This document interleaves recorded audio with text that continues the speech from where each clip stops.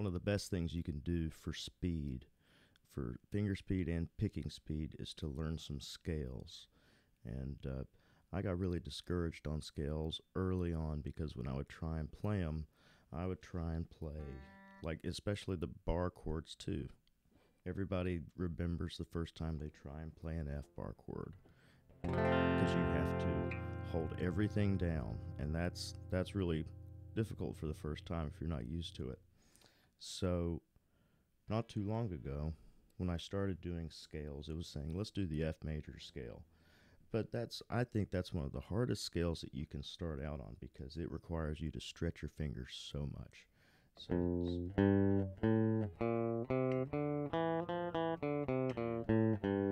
I'm stretching a ton. I feel like a bass player. So if I want to try and, all the scales on guitar are the same as far as the major scales. You can play any major scale with the same pattern. I'm just starting on a different fret, and you can take this down.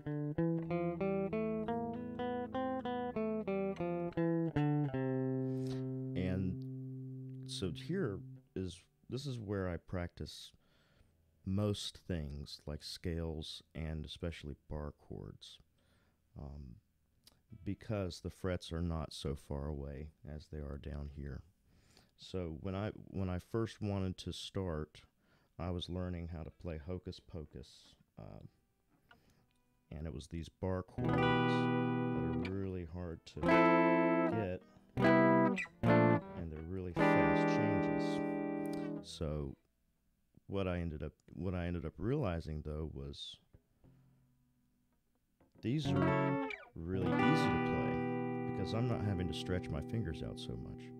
So what I started doing was just trying to go back and forth between what I would call the F bar chord if you played it on the first, but I moved it up to the 9th fret. And now I'm able to listen to all the notes and make sure everything's playing clearly, and I'm not getting any crunch on notes that maybe a finger is rubbing up against a note that's supposed to be open, and that sounds pretty good. And then I'd go to the, what I would say, B, which is the B. Yuck. It's a lot easier to play high because I'm not having to stretch so much. And I'd go back and forth.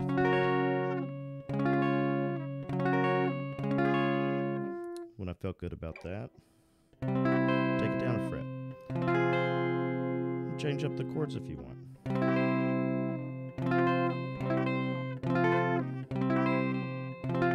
The point is, you want to make sure all the notes are coming out clear.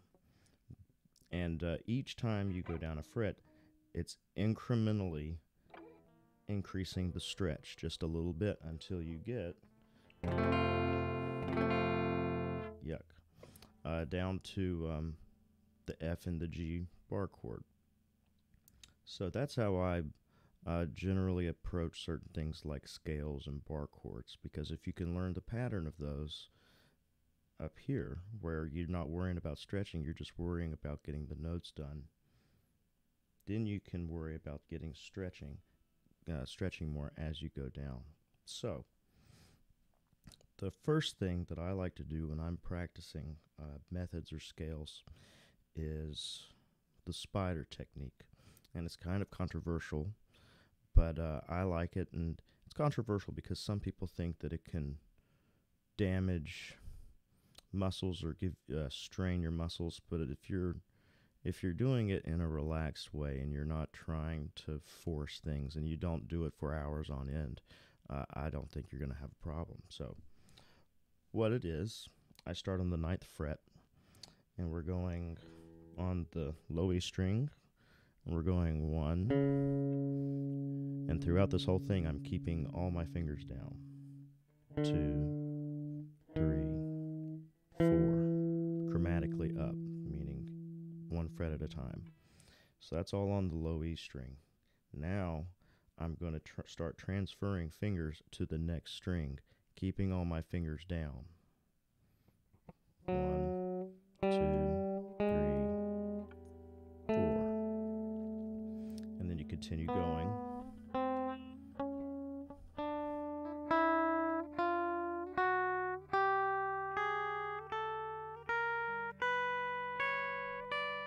And the point of this exercise is to get your fingers in the right position so that when you're playing other strings with other fingers, the note comes out clearly.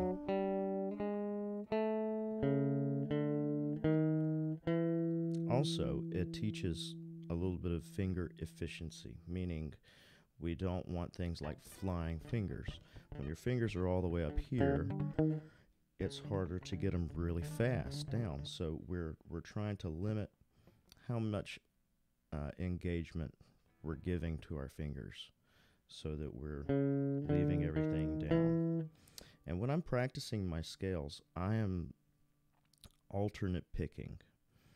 This is these scales and alternate picking are a way to get two things done at one time. You should practice all downstrokes, and you should probably practice some upstrokes as well. But where the fast solos and everything fun, I think, to play comes in with alternate picking.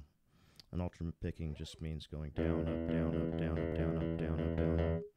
So on scales, on this spider technique, I go down, up, down, up, down, up, down, up, down, up,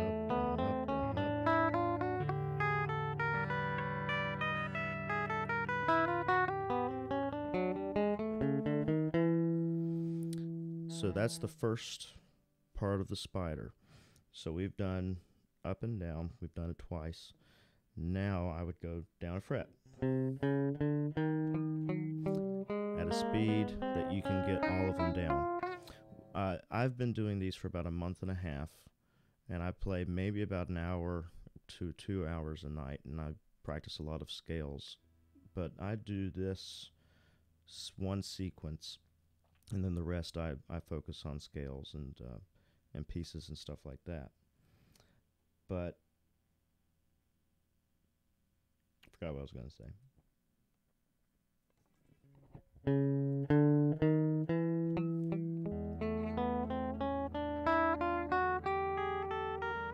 This is also easier to come back to the low because you're not having to bring it over. This is also teaching you good hand position. You want to keep a nice round shape. If you've ever seen a classical guitar player, they play like up here, but they play with this really round and square to the fretboard and not so much more of this. You know, you do have to do certain things like you don't want to clamp down necessarily on the fretboard, but when I'm playing the Kiss solo with this where I have to fret 2 fingers or 2 strings with 1 finger up here, and it's pretty tough because then I have to also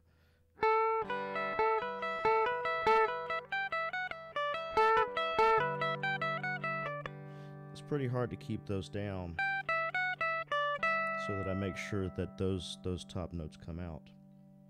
So in certain instances you want to have some decent pressure. So let's see. Talking about alternate fingering, alternate picking. We've talked about the spider. We go down each fret. And anytime that you start to get tired, rest. I remember what I was going to say. Practice everything slowly. I've been doing this for about a month and a half, hour to 2 hours a night. And I was going super slow. And that's how you have to approach all this stuff. Because the way that your body's learning how to do this is the first time you do something, you're getting used to that kind of. The nerves in your body are creating these things called myelin sheaths, little neurology.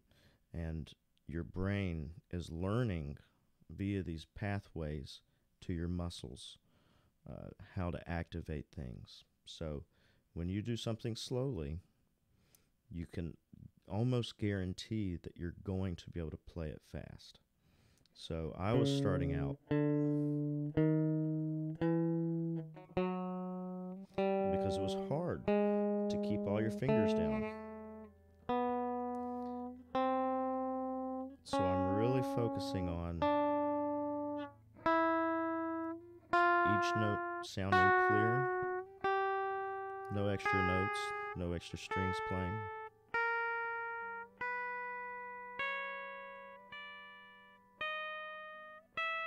I would go that slow, even slower. If you start having, stop and slow down, because you're going to start to learn to do that wrong. I've done that a bunch where I've learned how to play something. Right now I'm trying to play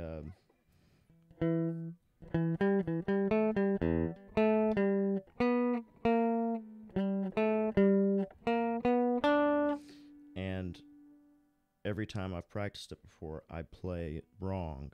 And because I learned it that way, it's been so hard to try and break that habit. So practice everything super slowly.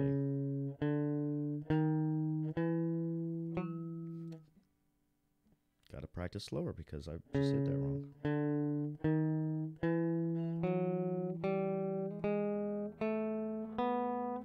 This is really demanding a curl of the fingers.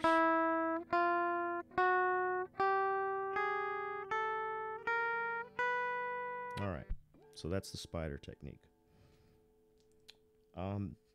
The next one that I think is pretty good is the minor pentatonic scale. There are a lot of big soloists and solos that are based just around that. A lot of riffs, and so I like to practice it on the 9th fret.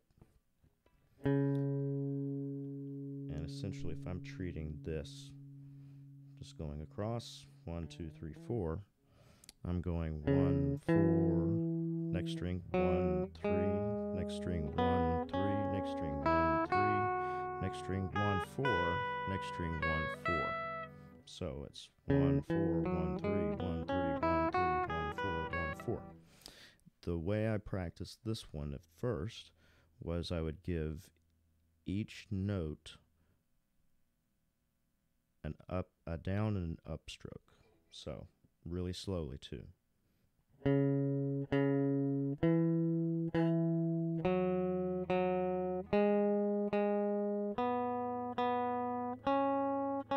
you have to have discipline to go this slow.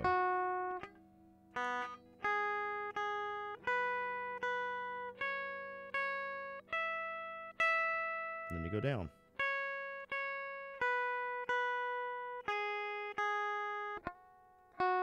And think about where they're going to go. Say the names of the fingers as you're going down. 3, 1, 4, 1. So once you've had some time, and give this some good time, you'll kind of know when you can take it a little faster. And when you do, I like to play a certain pattern, and you start this out super slowly.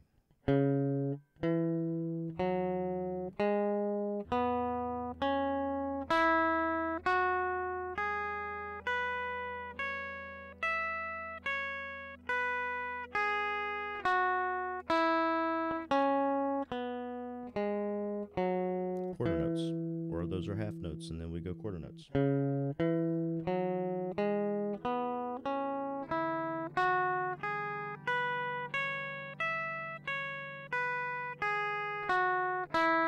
we'll go triplets.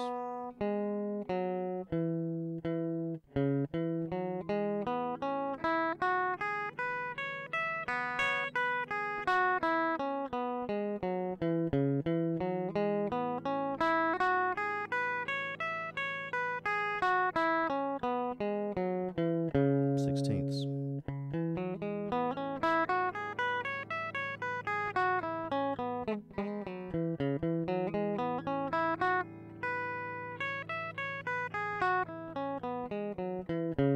Then you can make 16th triplets.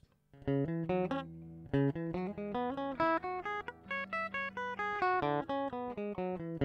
need to practice that more. So and that's just the minor pentatonic on this note. And you can figure out what this is by just knowing some of the notes on the fretboard. If you know the E string, the notes on the E string, if you can figure out some of the important ones, like, all right, what did we just play? Well, this is E, because this is an octave. It's the 12th fret from the bottom. We've got 12 notes in our scale, so the 12th is the octave. That's E. What's one down in the musical alphabet from E? E flat or D sharp. All right. Go down another one. That's D. What's another one? D flat or C sharp. So that would be the D minor pentatonic pattern. So D flat, E. Got to make sure now. E, E flat, D sharp, D, D flat, C sharp. Yeah, C sharp. All right. Well, here's C. Let's play the C minor pentatonic scale.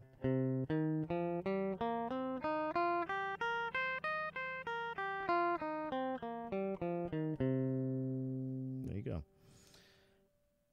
Also, one thing I noticed learning scales slowly is keeping the tone throughout the duration of the whole note. Give it all of the tone that you can.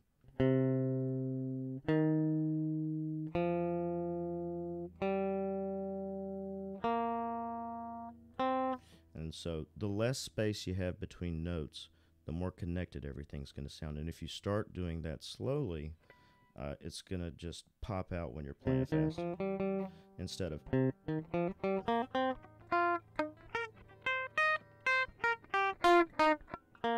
like that, you can.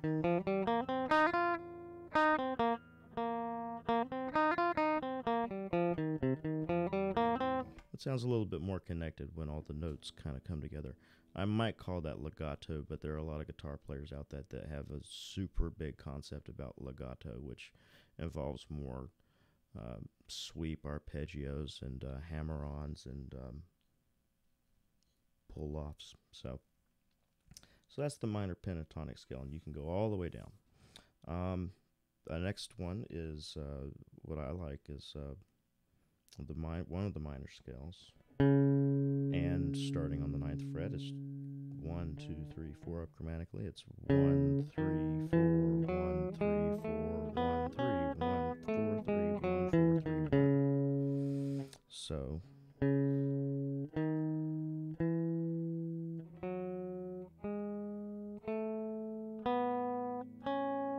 you don't have to play it that fast. Play it as slow as you need to, just to get the notes. That's the most important part at this step, is making sure that you're getting the notes and applying just enough pressure that you need to on the strings. When I play, I use a strap because it is holding it up for me. Anything that I can do to engage my body less playing the guitar, the more energy I have thinking about what I need to do and be fast and all that stuff. So I use a strap so that I don't have to use this hand to hold up the guitar. And when I'm placing my fingers on the fretboard, I'm not clamping down with my thumb. I'm not doing that. I'm really just putting my fingers against the board. And I can do that because I use my picking arm as a counterweight, and it kind of pushes this pressure that I'm gives pressure to the fretboard.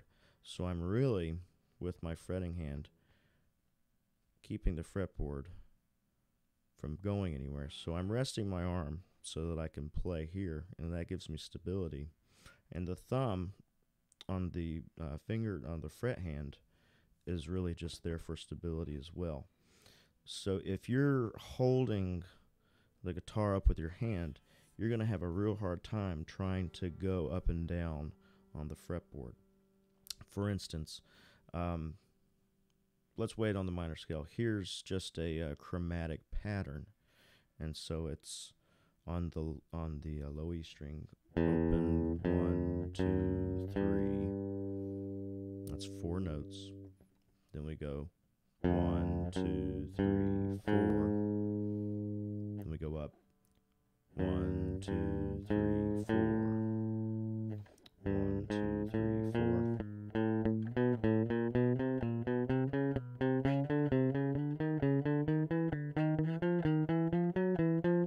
And I'll go up about that high on the 12th fret. Then you keep the same 1, 2, 3, 4, but you're going down. And this involves stretching the first finger down and then your hand following. Going up's a little easier because it's just right there and you can kind of scooch forward, scrunch forward. You're scrunching instead of stretching back. So, stretch and pull your rest of your fingers down. Stretch. Rest your fingers down.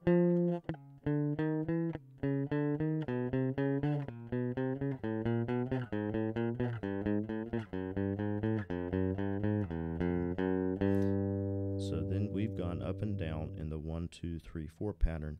Now we can play the 4, 3, 2, 1 pattern. But you would start 3, 2, 1 open.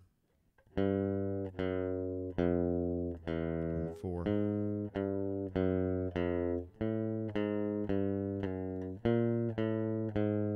So this is also going up in this way is also stretching. And I'm looking at the next fret that I need to go to.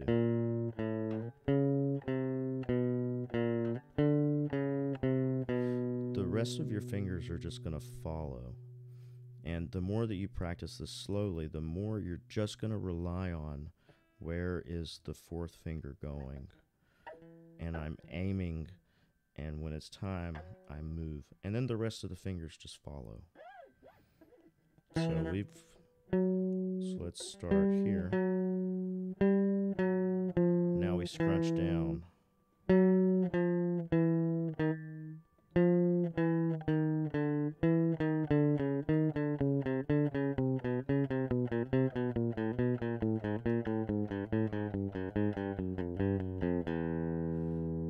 So that's the E string. Then you get to go up to the next one.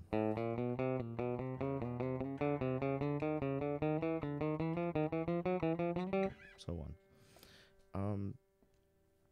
So that's a 4-note chromatic pattern. I'm alternate picking this whole time. So doing this, plus learning the shapes of scales, do it slowly. If you do it slowly now and you put in a good, month or 2 months just having great discipline, playing slowly, you'll be able to play this stuff faster than you thought you would. And it's the first time I played something fast, a solo kind of thing, just doing it, it almost didn't feel right because I didn't feel like I was giving enough energy to be able to play something that fast. But it's all about preparation and being able to do it slowly. If you can do it clean slowly, you'll eventually be able to do it fast pretty quickly.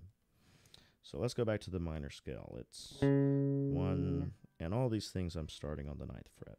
1, 3, 4, next string 1, 3, 4, next string 1, 3. Going back down 1, 4, 3, 1, 4, 3, 1. Something I do, sometimes these scales just get really boring if you just go up and down, up and down, up and down. So one thing I'll do to make it a little bit more interesting, and also it gets your brain thinking a little bit more, is the fast slow. So I'm starting on 1, and then the next note is going to come fast. Then the next one is slow. So it's going to be fast, slow, fast, slow, whoop, fast, slow, fast, slow, fast, slow.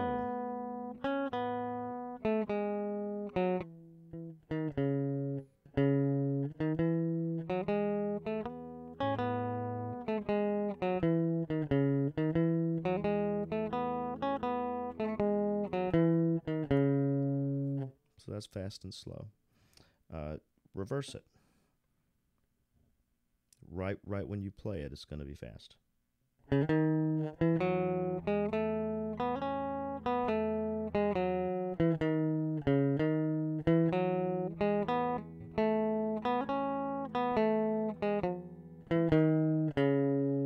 then you can go fast, fast, slow, fast, fast, slow.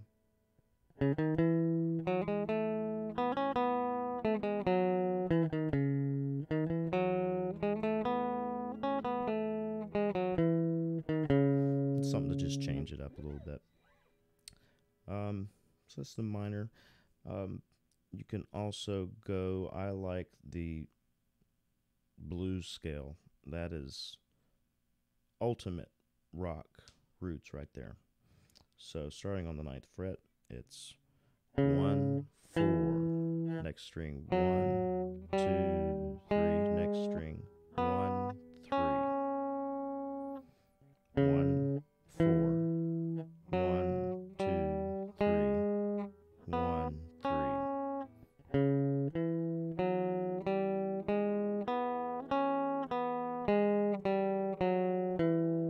I'll give you another example of the what I like to do with these, practicing these scales.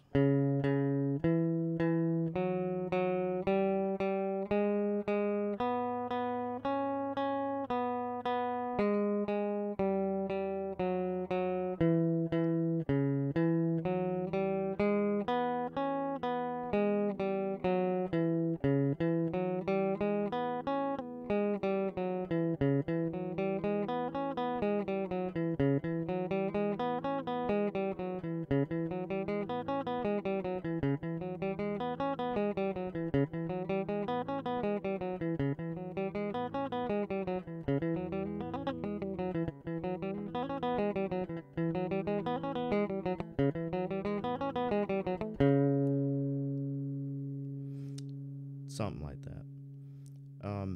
That pattern's a good way. As long as you slow it way down, you can play the later faster parts.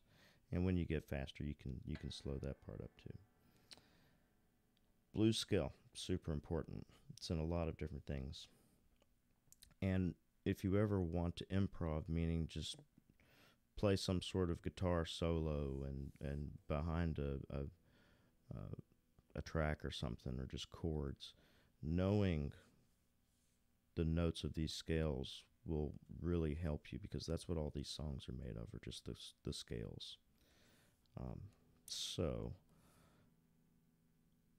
the last one that I think is pretty important is the major scale. This is just the silliest one.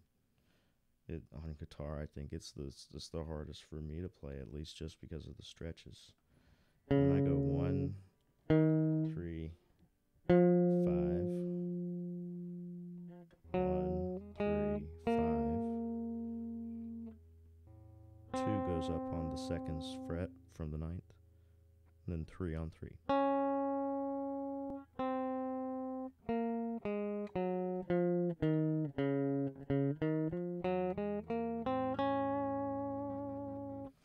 And all of these scales, that at least the ones that are, for instance, we just played. What did we just play? That was the C sharp or D flat major scale. So we know we can go up and down on the string and do different scales. You can also go up to the next string.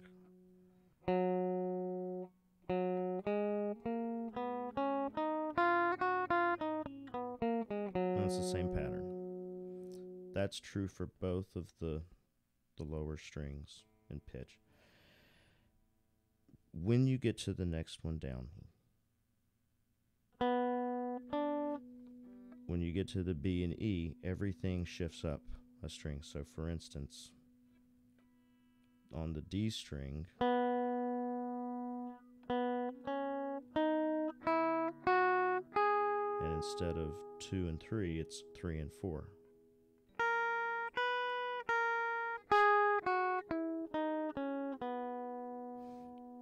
But the bottom two notes, you can, and then it's a fourth up. When you go parallel or on the same fret of these three, or actually the fourth, they go up in fourths. And that would mean they go back in fifths as well. So, it's almost 12 o'clock. Now, so, I think all in all, playing all these things slowly has been the thing that's really allowed me to play a lot of things like solos.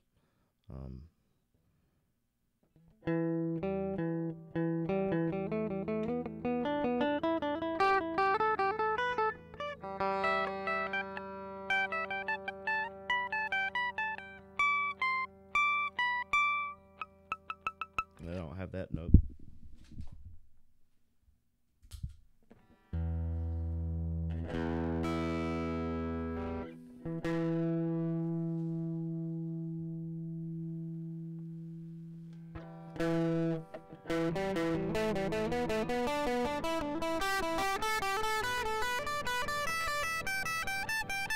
And you can hear when the notes are really connecting and then when they're not. I can really tell. So I'm playing, this is the solo from Love Gun from Kiss. And it's the minor pentatonic. That's all it is.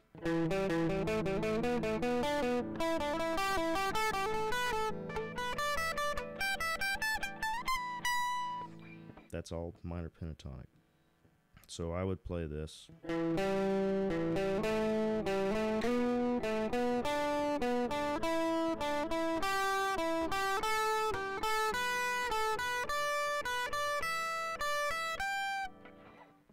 Over and over and over and over.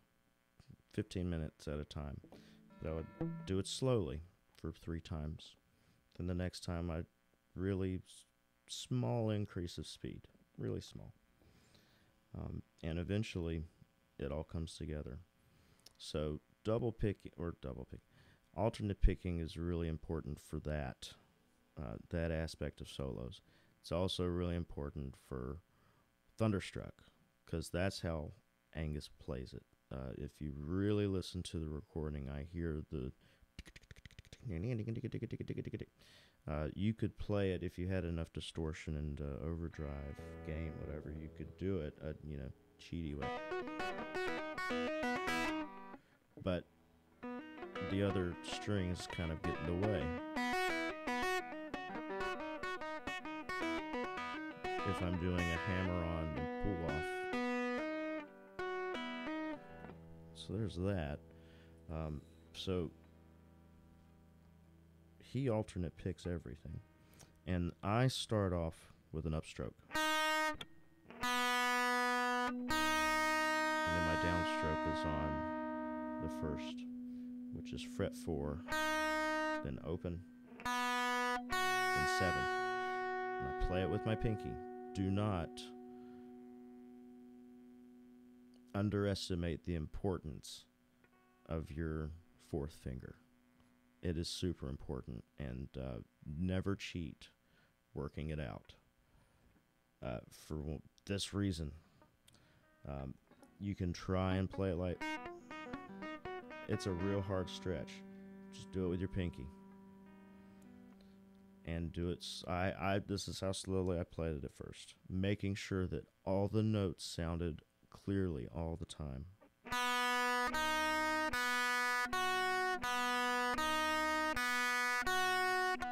And this is all I play. And you play this for, I need to stop talking and playing. I play this for a minute or 2 at a time. Just doing this.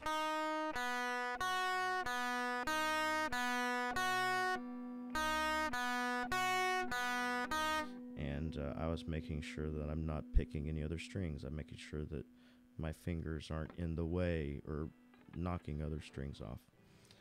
So once I've got that, just move it up a fret.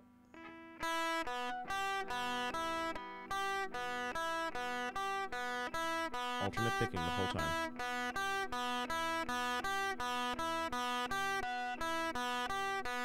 Now let's go back down. What you gotta think about it.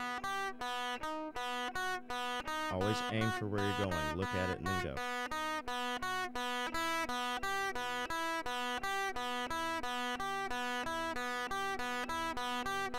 When you're ready, you can increase the speed a little bit.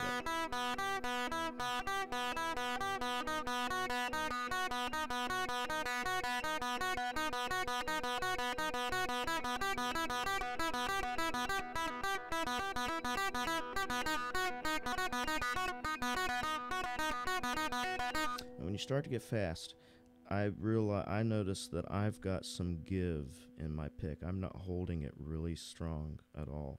I'm giving it a little bit of give. And when I'm picking, I'm not trying to pick so much through as when I pick through the string, I want it to be really close to the other side of the string. So I'm almost that you could stop the sound with it.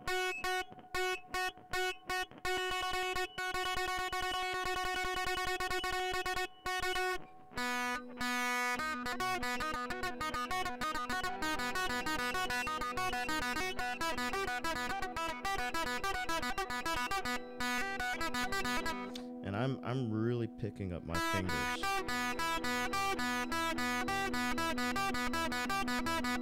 Because if you don't pick them up high enough, you're gonna crunch into it.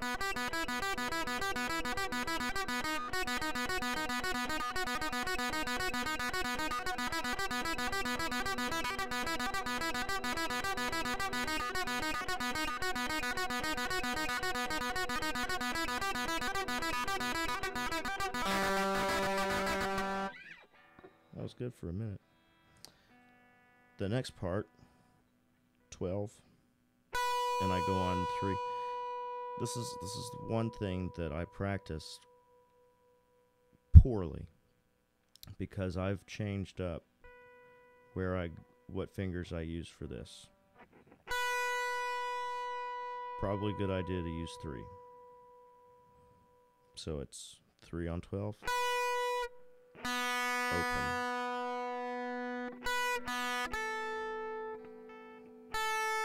2 on 10. Open. 1 on 9.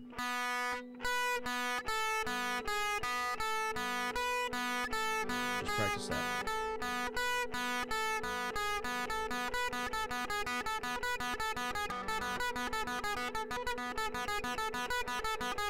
And I'm picking up my fingers pretty high because I want the string to ring free.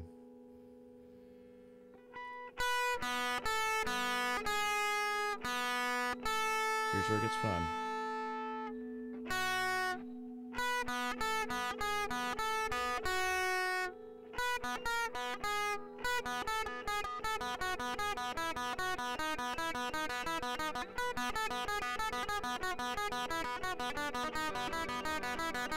We're gonna jump, and this is where we really have to aim.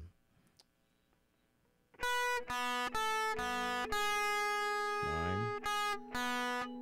2 on 10,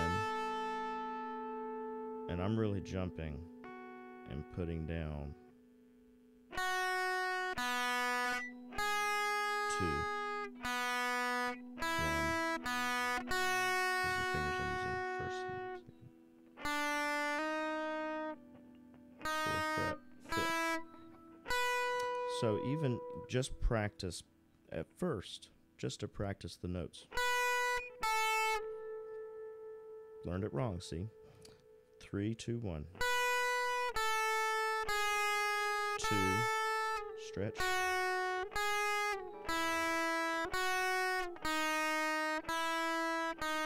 So that's where the scales come in.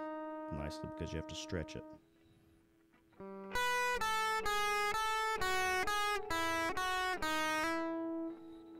So, once you play that pretty well,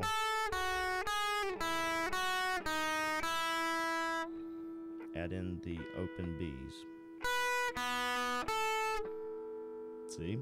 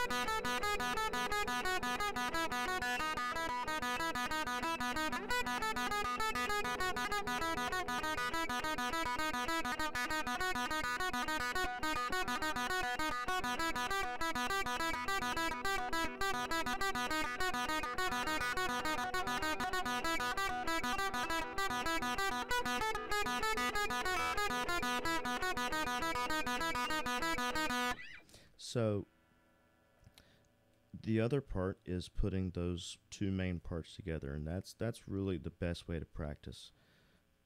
Getting them down in small chunks. We did the first part, which was this.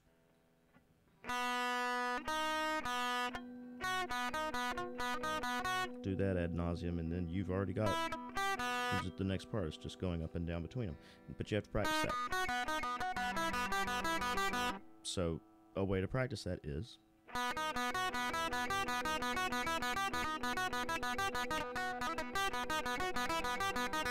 sounds kind of neat too. So do that, then you practice the second part, and if you need to, practice something inside there separately so that you isolate it. Then you put it all back together, because we want to make the most of our practice time. You have to practice the things you can't play. If you practice the things that are nice and fun to play, then you're not really gaining much other than confidence on something you like to play. So really slow it down and isolate it. Isolate the things you can't play. Slow that down even more.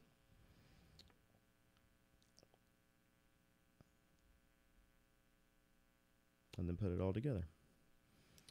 So that's a little bit about Thunderstruck and scales. Oh, and the other part about Thunderstruck is real easy. Once you get the B and the E chord pattern down,